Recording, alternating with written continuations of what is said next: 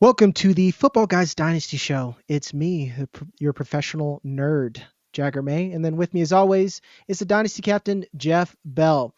And today we are going to reevaluate the rookie class, specifically the wide receivers, because we got a whole mess of them, Jeff. We're going to start from the top. We'll just say that I went through keep trade cut and went through the ranks there, and we're going to go all the way down and stop at Xavier Legette. So at the top, or Legette, excuse me, Marvin Harrison Jr. If he is still the top, some people have Malik Nabers, and I don't argue with that at all. With that being said, Jeff, do you still think that Marvin Harrison Jr. is the top wide receiver out of this class, or do we have to go ahead and put Malik Nabers in that spot? I have Malik Nabers as my Dynasty wide receiver one right now. So that would mean that Marvin Harrison Jr. is no longer above him. But certainly we are seeing what we want to see, for the most part, from Marvin Harrison Jr. The problem with him was that the expectations were so high that basically he had to be the greatest rookie wide receiver ever to be able to live up to expectations. He's not been the greatest rookie wide receiver ever because there's only one greatest wide receiver rookie ever. So I think that there's a general, to me, maybe I'm reading it wrong. To me, there feels like a general sense of disappointment around Marvin Harrison Jr., which seems crazy because I think that you're seeing what you would want to see if you just didn't have unrealistic expectations. Yeah, especially for a rookie wide receiver, he's fine. We're just really bad at as being human beings, just being alive's hard every day for us that we can't look at Malik Nabers and look at Marvin Harrison Jr. and evaluate them in their own vacuums. Like one, they're different kinds of players. But like Malik Nabers is doing some like really, really well stuff. And then when we get to quarterbacks, it's kind of the same thing with Jaden Daniels. Jaden Daniels is playing great. That doesn't mean that Caleb Williams sucks, guys. It doesn't mean like, well, Marvin Harrison Jr. sucks. Like, no, we were just watching one of the greatest wide receiver seasons ever that we've ever seen. And we saw a great one with Jamar Chase. Marvin Harrison Jr. is still good, and he's attached to a good quarterback. I do have some questions about the offense. I wonder if the offensive line is a problem. I just expect a little bit more. So you, like me, think that there's more on the bone. And moreover, Jeff, something that we haven't talked about, Marvin Harrison Jr. has more competition than Malik Nabers. If you look at the target funnel for the Giants, it is Wandale, and Wandale is relative. That's not even if you guys watched the Tuesday show, yesterday's show, we already talked about Wandale's usage isn't great, and you probably should sell him if you're not contending. I think Michael Wilson better than Wandale Robinson. Trey McBride, that's certainly better than Wandale Robinson. They like Greg Dortch. Greg Dortch arguably is Wandale Robinson, if you think about it. So I think that's something that a lot of people don't consider. Yeah, and I think that I think fundamentally people don't really understand for the Cardinals offense with Kyler Murray. Like I think a lot of people have this vision in their head of the Cliff Kingsbury, like air raid type offense, and they don't really understand that it's Drew Pensick, and it's more of an offshoot of like what the Browns run, where it's a power run. It's just think of Marvin Harrison Jr. as Amari Cooper, and think of McBride as David Njoku, and like that's kind of what it is. It's not like boot action, power run, off the play action, not four wide receivers, spread them out and let's chuck the ball all over the yard. Like that's just not what they're trying to do. And I think that when you look at Nabers relative to Marvin Harrison Jr., there are more ways for Malik Nabers to impact the modern football game than there are for Marvin Harrison Jr., fundamentally because of the type of player that they are.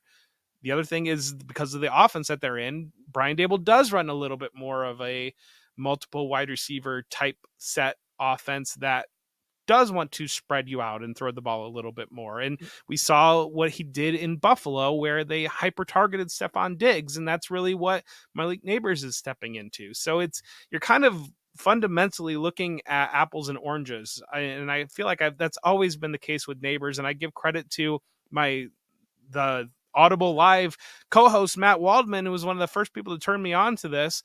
Malik Nabers is just a different type of wide receiver, and it's got a higher fantasy ceiling than what Marvin Harrison Jr. does. Yeah, you're correct. And to me, we've talked about this off the show and like in our private chats or whatnot, is being a little bit more confident in what you see, because when you have I mean, if anything, I'm just admitting what everyone kind of did. You have this generational talent like Marvin Harrison Jr. You were very reluctant to push him down and put someone like Malik Nabers, who had that. He had production ahead of time, but not to the extent we thought he was going to be the player that he is now. You're reluctant to push him down. It was there. To be honest, Brian Thomas Jr. has a lot of things that Marvin Harrison Jr. doesn't have.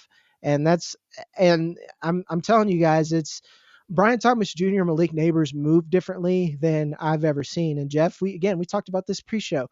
If you watch enough football, you some people right away just move different. And as we get into prospect season and I have more time to ramble about these nerdy things, I'll talk about it more. But Brian Thomas and Malik Nabers just move different. And then me, as your resident nerd, I'll do a better job at being more vocal at the things that I see on tape, and I won't be scared of Papa nepotism. Not really. That's mean. He's actually good in his own right. That's the whole point that we're making here. Before we go and talk more about Malik Nabers, go ahead and like and subscribe. We just talked about risers and fallers. We do that every week. We're going to talk some more rookie prospects on our next episode. And then we're going to have some trade episodes back up. So if you guys want us to talk about the trades on the show, break them down for you, give you a little bit of process talk, go ahead and pop those trades out in the comments. And if you're listening on the audio side, you can do that as well. Leave us a review there. Go over to footballguys.com/plans today, where we have all of our written content, dynasty rankings. We'll have rookie rankings on there. I do a big board. Jeff does a round table, all kinds of stuff, all kinds of bells and whistles over there. All right. Bills are paid. The lights are going to stay on, Jeff. Malik Nabers, you already said that he is your dynasty wide receiver one. I'm there. I just need to physically go and put him there. When you do weekly rankings, it's hard to put your dynasty rankings every week because this is a slower moving game. And it's basically he's really good. He's really productive. That doesn't mean Justin Jefferson sucks. That doesn't mean he's better than Justin Jefferson or Jamar Chase, but he is younger. I'm guessing that's your process there. Well, and so I told social media, the world, that Malik Nabers is my dynasty wide receiver one coming out of week 4, and everybody said it was premature. He was the number 1 wide receiver in fantasy football overall. And when you've got a rookie with this kind of capital and who was the number 1 wide receiver overall through 4 weeks, how is he not the dynasty wide receiver number 1 overall? It's not. You've already seen. It's not. I need to see it. You've already seen it. He's the one Yeah. wide receiver 1 overall on the season before he missed the week with the concussion. So he's obviously in that scenario where that's being able to be created for him. Literally one of the most historic runs ever, the most historic run ever statistically by a rookie over their first 4 games. What do you need to see? And like some people push back on that, and that 4 or 5 year age difference is a big deal when you're looking at a guy like Justin Jefferson or somebody like that. And that's where, Nabers to me is number 1. I'm going to play devil's advocate, Jeff. You got all hot and angry there. You're really passionate about it, so I'm going to stoke that fire. Let's just say, well, Malik Nabers is a giant, and Daniel Jones is there and can't stay healthy. Daniel Jones, quarterback problems. That's my excuse. What is your argument there? Sam Darnold is. What do you think about Sam Darnold? And I mean, we saw lip reading last night. CeeDee Lamb doesn't think that he's getting the ball from Dak Prescott, and we're finally just now seeing Jamar Chase actually deliver. Whereas I think for a little while there, it felt like you were a little bit disappointed with what you were getting from Jamar Chase, and he's blown up over the last 3 weeks. I don't know. I mean, I think Daniel Jones is a passable NFL quarterback who's capable of getting the ball to his primary playmakers, and I think that he's proved that out. I don't think he is a tire fire that's throwing the ball backwards. That is the 68th best quarterback on the planet that is bringing down the New York Giants organization. I think that there is a bar that you must clear to be fantasy relevant, or at least allow your options to be fantasy relevant. And I think Daniel Jones clears that bar. Yep. Yeah, I think we joke that there isn't like baseline. I think Daniel Jones is like as close to the baseline as you can get. And when I mean it's the baseline, that's a cliff, like the cliff of death. You're going to fight once Gardner you're past it. Gardner Minshew is the baseline. Gardner Minshew is completely fantasy irrelevant for himself, but he is capable of allowing his options to be fantasy relevant. That is the baseline. Gardner Minshew. They tried to flirt with it by throwing out Aiden O'Connell. Do you see that? You see him trying to throw that boot, man? Again, when you talk about like lack of athleticism, I'm like, oh, baby girl, what is you doing when he tried to do that? That was hard to watch. Shout out to Adam Hutchison, our injury analyst. The dream's over. I know you love Purdue, but Aiden O'Connell is rough to watch. That's love on Malik Nabers. We love him here. He's good. Probably should be the Dynasty wide receiver one. Someone that I think we might consider, I don't think it's out of this world that we're going to call him top 15 soon, Brian Thomas Jr. He moves differently. To think that he still has room on the bone to be a better route runner is fun to watch. He's attached to Trevor Lawrence, which when you talk about how bad QB is, it could be a lot worse. I also think that Doug Peterson might suck and they could get another coach and it could be better. I sold Brian Thomas Jr. in a second to get Drake London and Romeo Dubs, and feel like I'm eating a little bit of regretty spaghetti. What do you think? Would you rather have Brian Thomas Jr. or Puka Nacua? Brian Thomas Jr. That's not a question for me. That's not hard for me, Jeff. You know me, and you know how I feel about Puka, and you know how I like players that are skilled. Yeah, he's my wide receiver 13 in Dynasty for Thomas Jr. So that tells you I'm pretty high on him. But you talk about moving different.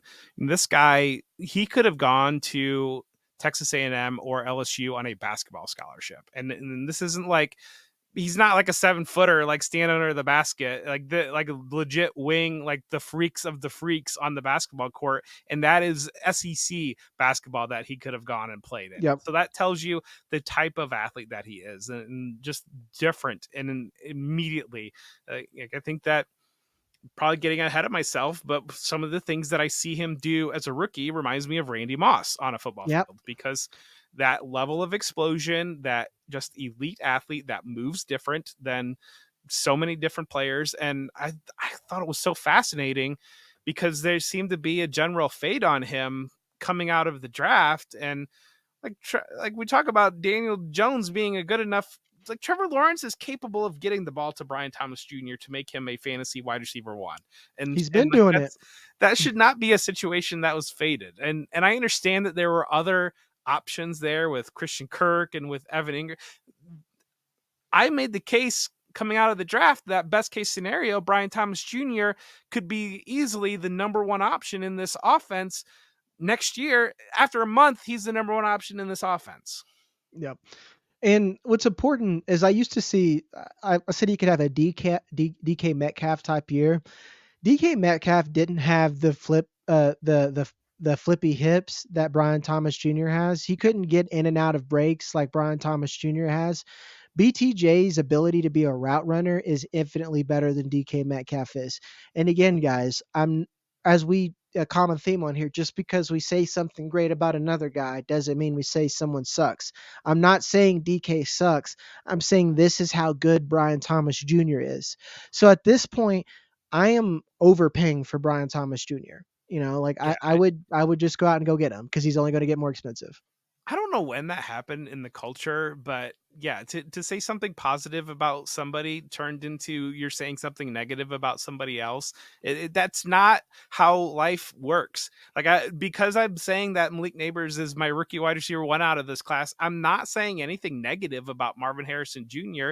Yeah. It's just Malik Nabers is the number one. Yeah. And to give you guys a little bit more context, relative athletic score, a perfect score is like a 10. Brian Thomas Jr. has a 9.97. It's freak numbers, man. And I'm going to try to pull up DK Metcalf's RAS as a example, because I don't think he even, I mean, when you consider his relative athletic score for lateral agility, he had a 9.65, so never mind. But his shuttle and three cone, look at it in the red, 1.0, 1.03, whereas that's all in the green for Brian Thomas Jr. And that, again, that's relative athletic score, meaning that when you're that big and that fast and can move that well, good things happen when you can get the ball in your general direction. And this isn't just a freak thing. And even when you consider Trevor Lawrence, if you think Trevor Lawrence is bad, that should make you like Brian Thomas Jr. more, because this player is performing with adversity around him. Moving along here, Roma Dunze. Interesting stat as far as how Caleb's progressing and how the offense is being used. They're almost exclusively using 13 personnel, and the only people that were out the last game was Roma Dunze, DJ Moore, and Keenan Allen, as they should be. Now, knowing that targets are being given to DJ Moore first and foremost, he's going to be the guy. Keenan Allen's out there. Do we have concerns about Roma Dunze this season, or are we just waiting for next season? I mean, if anybody's concerned about Roma Odunze this season, I'm buying. So the shop is open. Jeff Bell shop is open on Roma Odunze. I just think it's going back to mentioning Matt again and Matt Waldman. What he brings up, or we've kind of talked the last couple episodes, an interesting point about Jane Daniels and the success that you're seeing from Jane Daniels relative to Caleb Williams, and drawing the parallel to Robert Griffin Jr. that rookie year when he was the rookie of the year, and then Andrew Luck was turnover prone and struggling and all these things. But what was happening was Andrew Luck was actually learning how to be an NFL quarterback, and the Commanders, or the Redskins at the time, were gimmicking up an offense to get past, to be passable with Robert Griffin Jr. at quarterback. And so I think that there's the things that Caleb Williams is being asked to do is developmentally putting him ahead of Jaden Daniels. And part of that is limiting on what you're getting out of Roma Odunze. And so I think that but again, we've seen Caleb Williams go over 300 yards 2 of the last 3 games. We saw that game 2 weeks ago against the Rams was more of a ball control. They were able to run the ball on the Rams, and they, if you allow an offense to run the ball, they're going to run the ball. So I think that you're seeing the things that you want to see, and you're starting to see the pieces in place. My frustration is Keenan Allen, because I don't think he looks anything close to what Keenan Allen looks like. And I would love to see Roma Odunze as the true wide receiver 2 next to DJ Moore, instead of the distilled same as Keenan Allen, but not the same as Keenan Allen in that offense. But that's kind of what you're getting right now. Yeah, and it's almost one of those things where I think coaching needs to come to the conclusion that everyone else is, that like, maybe get this other young guy that you spend a top 10 pick on more involved. And this other guy, he's great locker room guy, and I think he can do his job, but stop making him on first reads. My main concern is Shane Waldron. I think that's a huge problem there. And it's one of those things where they thought, well, maybe it could work for us. And when you see that Pete Carroll was fired, I mean, even after a good year, they let someone go, it kind of makes you wonder. I know and I'm not trying to crap on anyone for having hope. I had hope because I thought the bar for Luke Getsy was so low, and I still stand by that when you look at the Raiders. But until then, I think that this year it might be, if you're trying to contend and you drafted Roma Odunze, unless that was a spare first, you probably weren't really a contender anyway. Let's put it that way, I think my view on Waldron, and especially just the coaching staff in general, is that if the development of Caleb Williams doesn't happen at the level that it needs to happen this year, everybody's gone and you're getting a fresh slate. If it does happen, then Caleb Williams is going to be so good that it doesn't matter that Shane Waldron is the offensive coordinator. And so I hear you, and I kind of agree with you on Shane Waldron. I just think that there are 2 paths kind of around that still make me bullish on buying Caleb Williams and on buying Roma Odunze. Mm-hmm. Yeah, I'll still buy him. I think the player's still good, and we talked about it. If a quality player starts slow, you should go ahead and buy that player. That's just a good rule of thumb. Speaking of players with slow starts, Xavier Worthy, as we're recording right now, he is playing. Jeff, can you quickly pull up that box score? How's he doing now? I know they just kind of missed him at the goal line for a potential, I saw that, a deeper pass there, but right now he's got 1 catch for 18 yards, and that is it. Yep. I know when I was scouting him, I didn't think he was as great as or as polished as a receiver as some folks thought, and I was a little bit lower on him. He sure is fast, and I do think that he's in the system where they can get the most out of him. They just don't seem to be doing that right now. So it's hard for me to call him a buy right now, Jeff. As much as people love him, as much as a lot of people liked his analytical profile, he's the fastest man to ever run at the combine. If that matters, it's never mattered before. I'm not being a hater. Are you concerned about Xavier Worthy? And I would at least say for the rest of the season, because I am under the impression that players can still develop. Shout out to Jalen Tolbert. Yeah, I think that if you're relying on him for 2024, you're going to be disappointed, and I think a lot of that has to do with the complexity of Andy Reid's offense and developing wide receivers, and the difficulty in developing young wide receivers within that offense. I mean, I know you're big on the limited routes that Rashee Rice was running Mm, as when he was playing. Some of that is, I think, natural progression of, we want you to do this thing really, really well, and we'll start to build things on top of that. I think Sean McVay mm, does a really good job of that, of with young players, do this one thing really, really well, and then we'll add another thing. I think that with Worthy, what we're seeing is they're not intentionally trying to get him the ball. And so he's kind of almost landing into the Sky Moore zone, where he's kind of on the field all the time and just kind of running around, and he occasionally gets the ball. But I think that there are two different types of offensive skill players. There are the types of players that offenses are intentionally trying to get the ball to, and then there are the types of players that allow the types of players that actually get the ball to do their job better. And right now, Xavier Worthy is being one of the second types of players, where his speed is used to stretch defenses, or he's used both vertically and horizontally speed to stretch defenses, or he's used kind of as a distraction, window dressing, or those types of things as the ball goes to Travis Kelce, or now it looks like Juju Smith-Schuster or Rashee Rice when he was in there. And I think that that's part of that's developmental, part of that's part of growing as a process. But again, some of that could be the Sky Moore is on the field all the time, but he's not actually touching the ball at all, and he's not going to be a player that's touching the ball. yeah. I know. I think he's a hold, and I'm a little concerned long term. I'm not gonna lie. I'm a little bit concerned. I'll buy when his price drips below a first. When it dips below first, I think it could. If let's after this game, I wouldn't be surprised if you could go out and buy Xavier Worthy for a second if you're a contender. Excuse me, if you're a rebuilder, and if you have a spare second, I would do it at that point. But I'm I definitely think I expected a little bit more considering that he has every opportunity, and maybe I should just be mad at Andy Reid. Just like do a better job at getting him the ball. Stop doing this, dig and dunk stuff. You could bought a player who could beat deep coverage. Just do that. Well, and I think that some of it is Hollywood Brown obviously not playing this year, but that's still interesting because to me, makes me wonder if maybe they're saying, we got Rashee Rice locked in as our young next Travis Kelce. We drafted Xavier Worthy. We were happy he was there. Maybe they weren't planning on that happening, but they took that. But I think you might start to see a situation where, Hollywood Brown ideally was kind of a 1-year deal, rebound your value, play with Patrick Mahomes.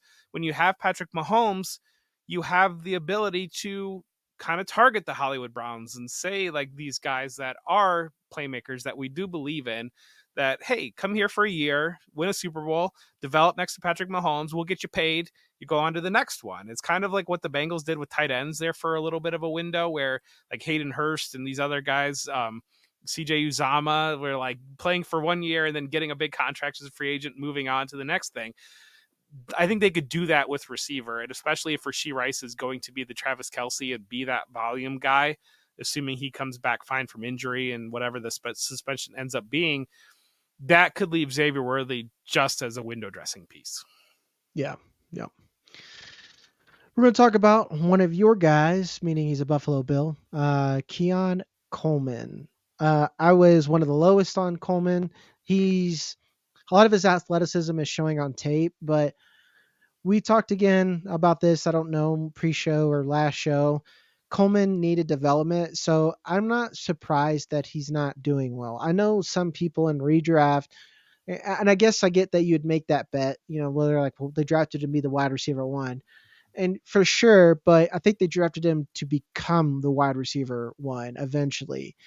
Um, do you think that he's a buy, or was he never really that expensive? Or I don't think there should be any concerns, at least from you, because you're a little bit more patient than most people. Man, I don't think anybody has ever said in my life that I'm patient compared to most people, but here we go. No, I mean, has he been bad? I mean, so he's That's got I know people 49 expect right receiving away yards in productions. 49 receiving yards in or more in 3 out of 5 games. In the one of the games that he didn't have, he had a touchdown, so 24-yard touchdown.